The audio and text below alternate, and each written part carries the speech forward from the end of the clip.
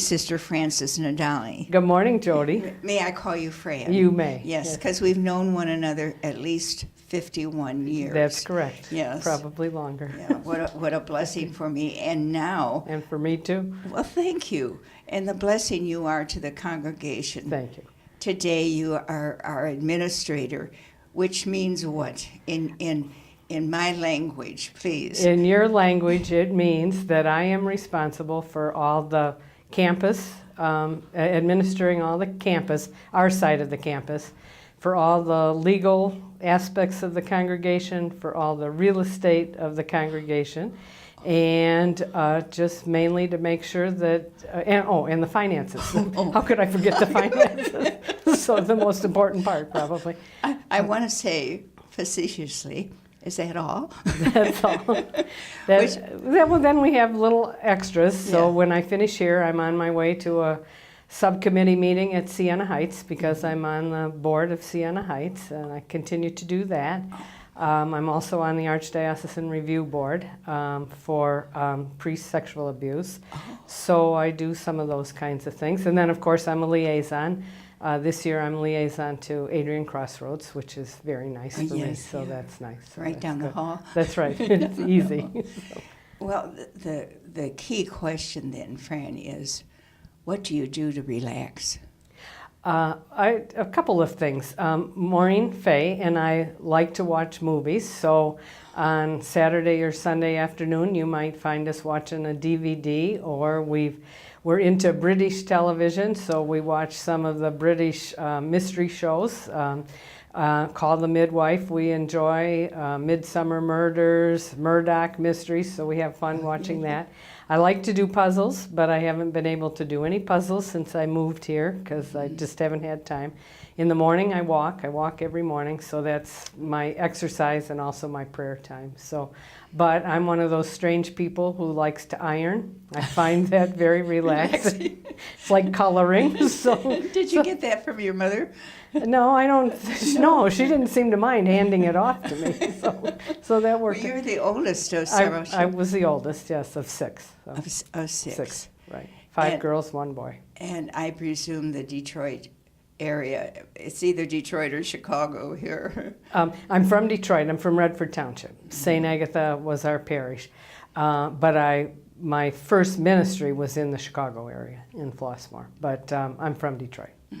And spent most of your professional life in Detroit. Well, it was kind of 50-50. I was in Illinois from 67 until 83, and then so since 83, so 30 years. Well, somebody out there watching this show will figure that out. But, so.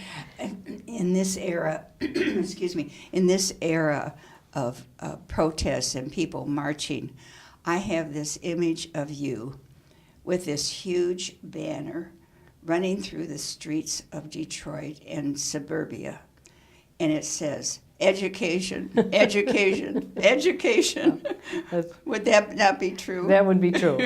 I think we all know that if anybody is going to succeed, they need to have education and good quality education. So yes, I was an elementary school teacher, elementary school principal a couple times, and then worked in the central offices in the Archdiocese of Detroit.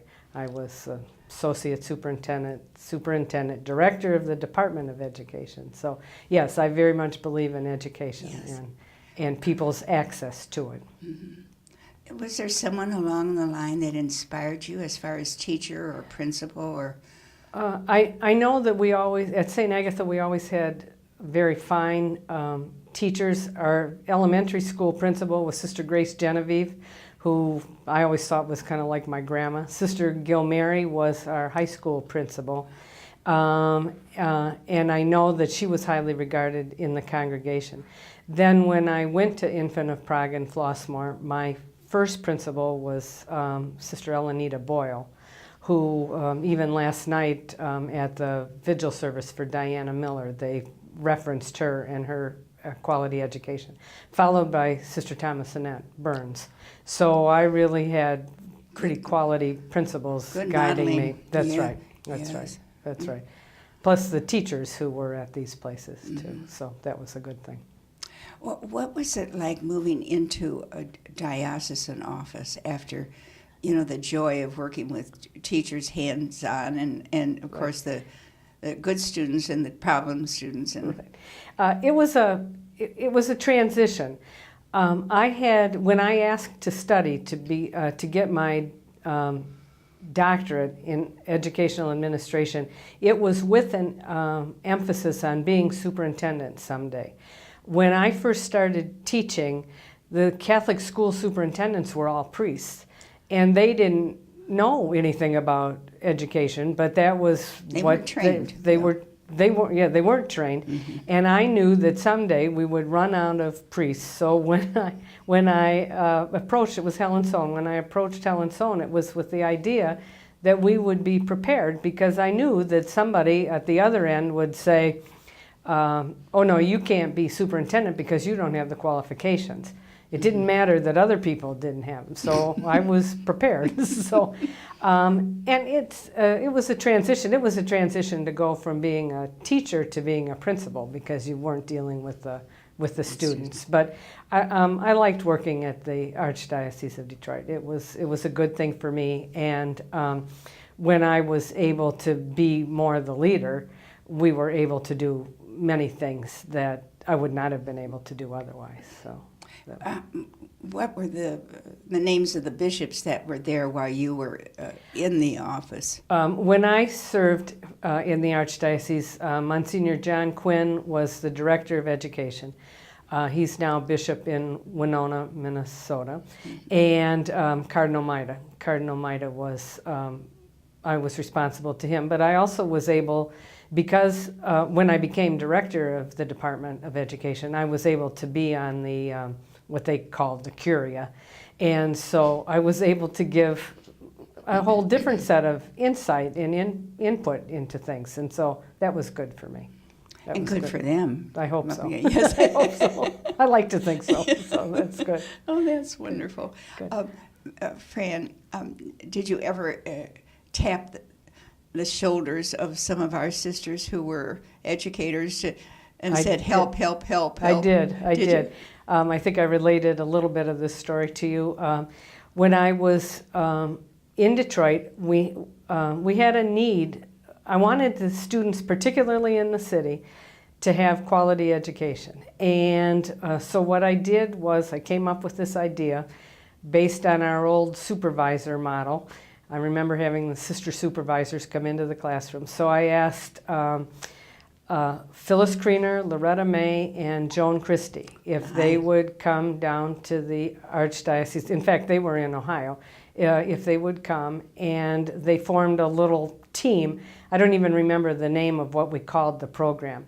But their job was to go into these various city schools and be a resource, to work with the principals, to work with the teachers.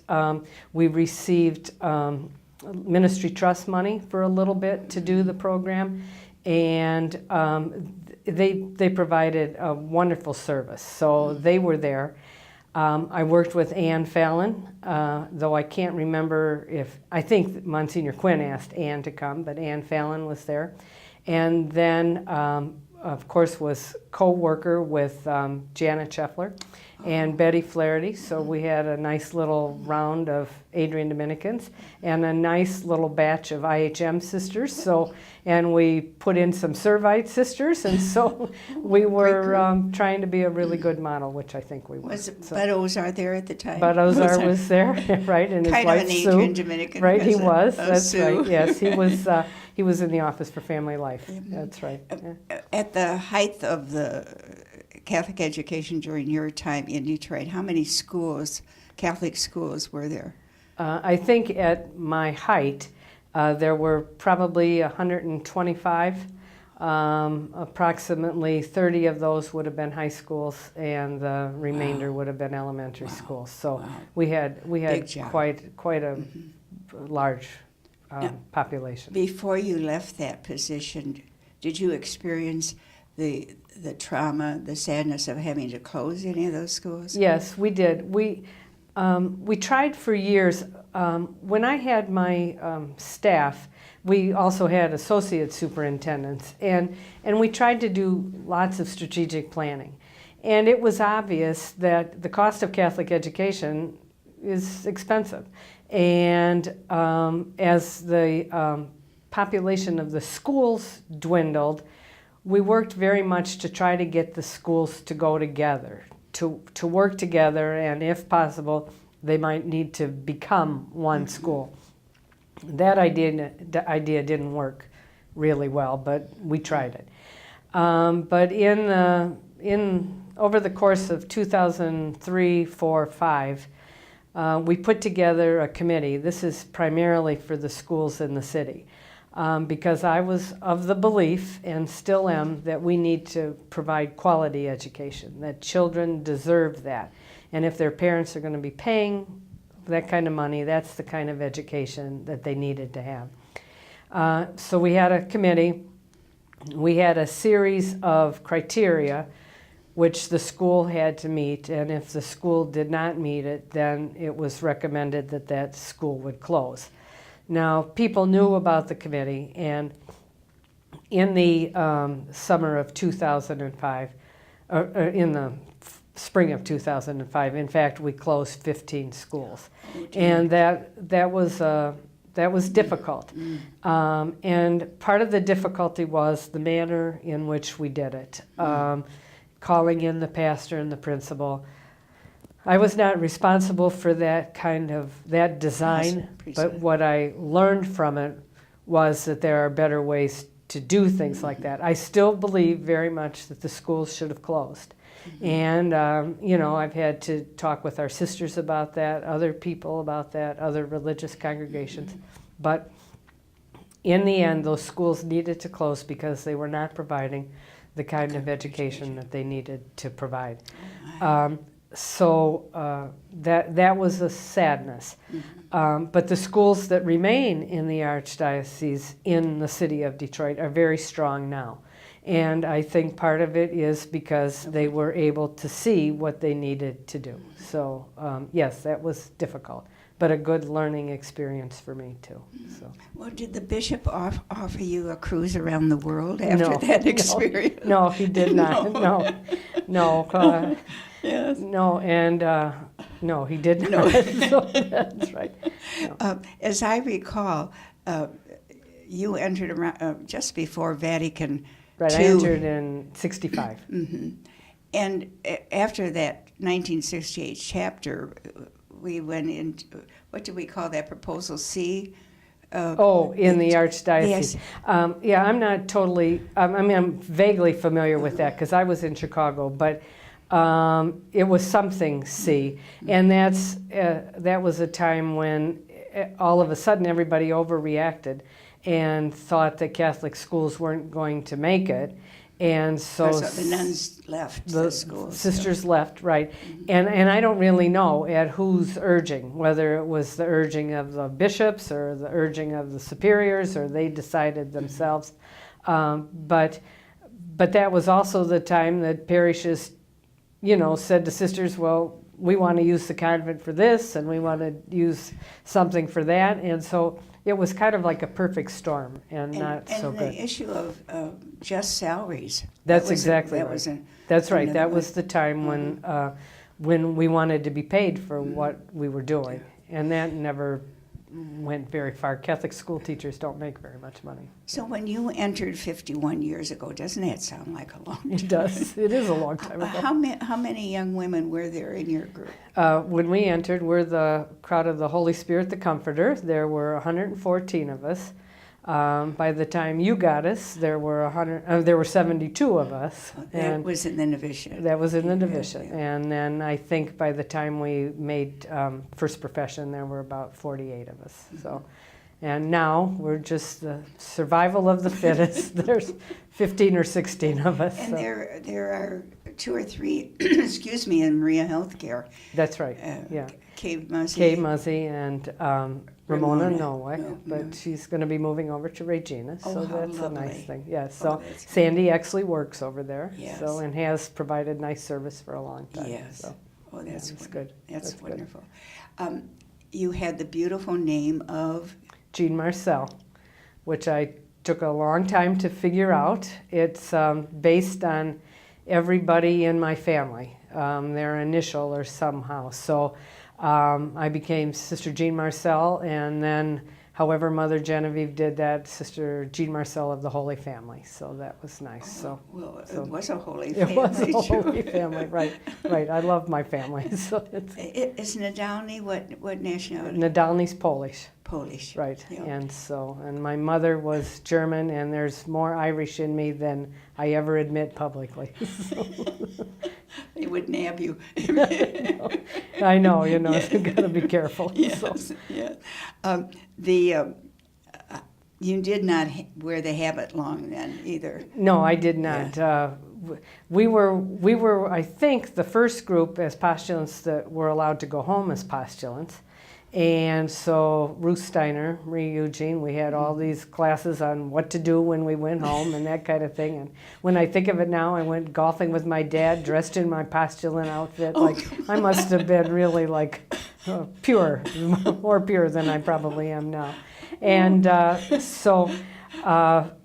we wore the long habits for novitiate, and I'm sure I was in a long habit for 1 year out on mission. Then we went into the short habit, and so I probably was in secular clothes fairly early on.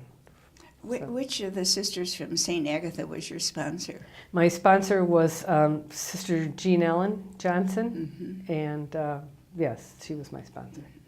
And your sister followed in your footsteps. And my sister Janet followed the year after. She was going to enter the Oxford Sisters, and I didn't know anything about the Oxford Sisters, but I thought, why should she be an Oxford sister when she could be an Adrian Dominican sister? So she came and was in the congregation for 5 years, and she's one of the people who believes, and we haven't talked about it in a long time, but believes in the concept of perhaps there is a temporary vocation, and that she may have had that. And but she lived that.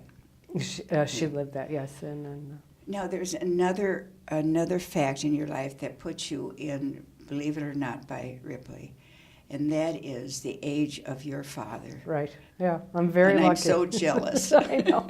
Yeah, my father, as I said, is 97 and is a perky little guy. He was here for the celebration of leadership last July and ended up with all these friends because he's quite a little socialite.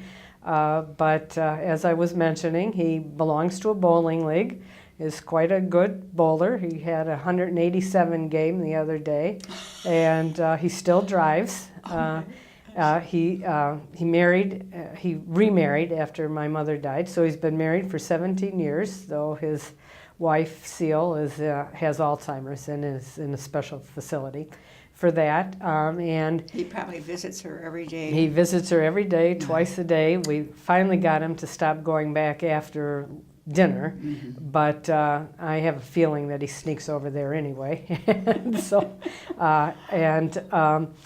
and he lives in a senior apartment complex where they fortunately have Mass every Saturday, and he's Mr. Full Charge. He makes sure that the readers are there and there's enough hosts and that the walkers are all parked so that nobody will kill themselves. He's a pastoral minister. He's a very pastoral minister. And then when they need somebody to call bingo, they call him. So he's just Johnny on the spot, goes to the drugstore for people and does everything. So my generosity, I get a lot from him. So. Yes, and good genes, I might add. I hope so. Yes, Yes, I think so.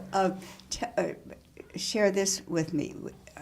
How many sisters do you think there are in our congregation that have a living parent like you?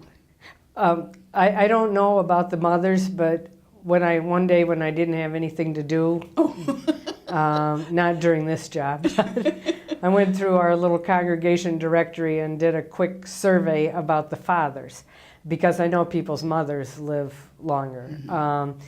Anyway, I'm thinking that, now if we don't count the sisters in the Philippines, I'm thinking that there are only 6 or 7 fathers U.S. side, And my father would probably be the oldest. And Sally Ormsby's dad is still alive.